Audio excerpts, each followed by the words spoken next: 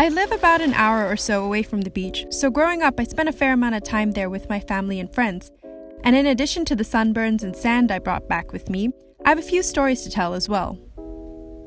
Now, before you judge me and my sister Piccolo for this story, let me just preface it by saying that the only way we can justify our actions here is that we were kids, okay? Probably old enough to know better, but still, that's my only line of defense here. So one time we were sitting by the pool eating chips when my sister accidentally dropped her chip into the pool, and rather than waste it, she picked it back up and ate it anyway. And she was like, "Ooh, they're nice and soggy now, and they're easier to chew." And I was like, "Oh, really? Let me try that too." "Oh yeah, it's pretty good, and they're not as salty anymore." So we both agreed that chips tasted better this way and kept dipping the chips into the pool every time we ate them. And when my mom realized what we were doing, she made us stop dipping them, but that just forced us to get more creative with getting the chips wet.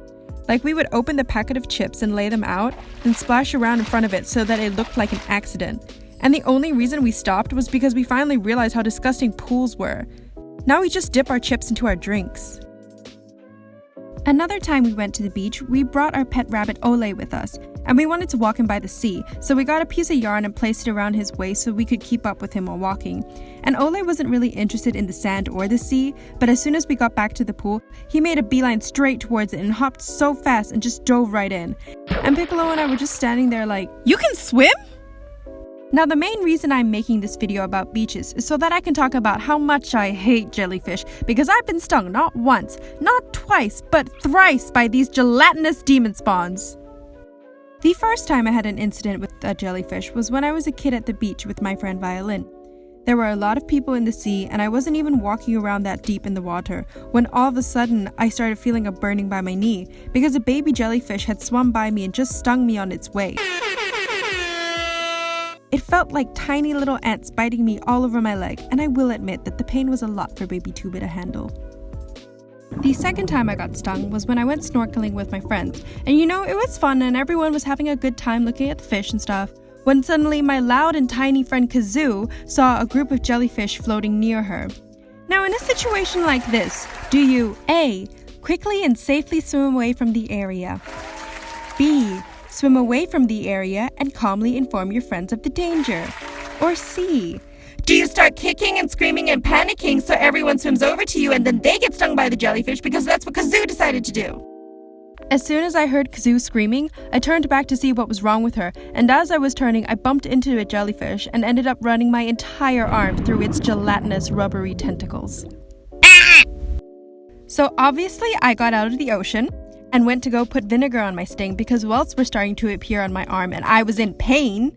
And the thing is, Kazoo didn't even leave the ocean after she saw I got stung. She was all like, "Nah, I'm gonna snorkel with the fishies a little longer."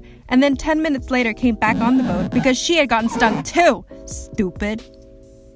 And finally, the third time, and hopefully the last time I got stung, was the year right after my last incident. And I was down by the beach where Piccolo was digging for clams in the sand, so I sat down to join her. And I had been stung by jellyfish enough times by this point to recognize the familiar burning sensation that began to spread on my leg as soon as I sat down. I instantly jumped up and looked around, but there was no jellyfish in sight. But I knew I had been stung because of the obvious pain and because there was a mark on my leg already where the skin was turning red and white. And it turns out I had sat down on the severed tentacle of a jellyfish. Like, I didn't even go into the ocean this time and they still got me? And this time, the sting was much worse because it wasn't a basic beach white one like the previous time. It was the red jellyfish, which is way more painful, and I still have a scar to this day. I mean, it's small, but it's a permanent reminder of the pain these damn jellyfish have caused me. Also, on the drive back home, I was crying and freaking out about, what if I was gonna die and stuff from the jellyfish sting. And my mom was super supportive and thoughtful, because when I asked her, what if I die tonight, she was just like, then I'll make sure you have a beautiful funeral. And this isn't even one of the weirder things she has said to me.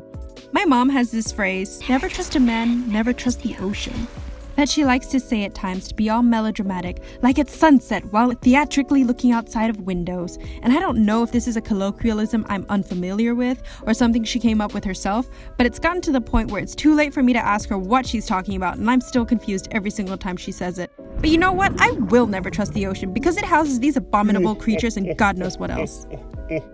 So yeah, This is why I hate jellyfish and why I don't go into the ocean for longer than 10 minutes at a time, because jellyfish are obsessed with me.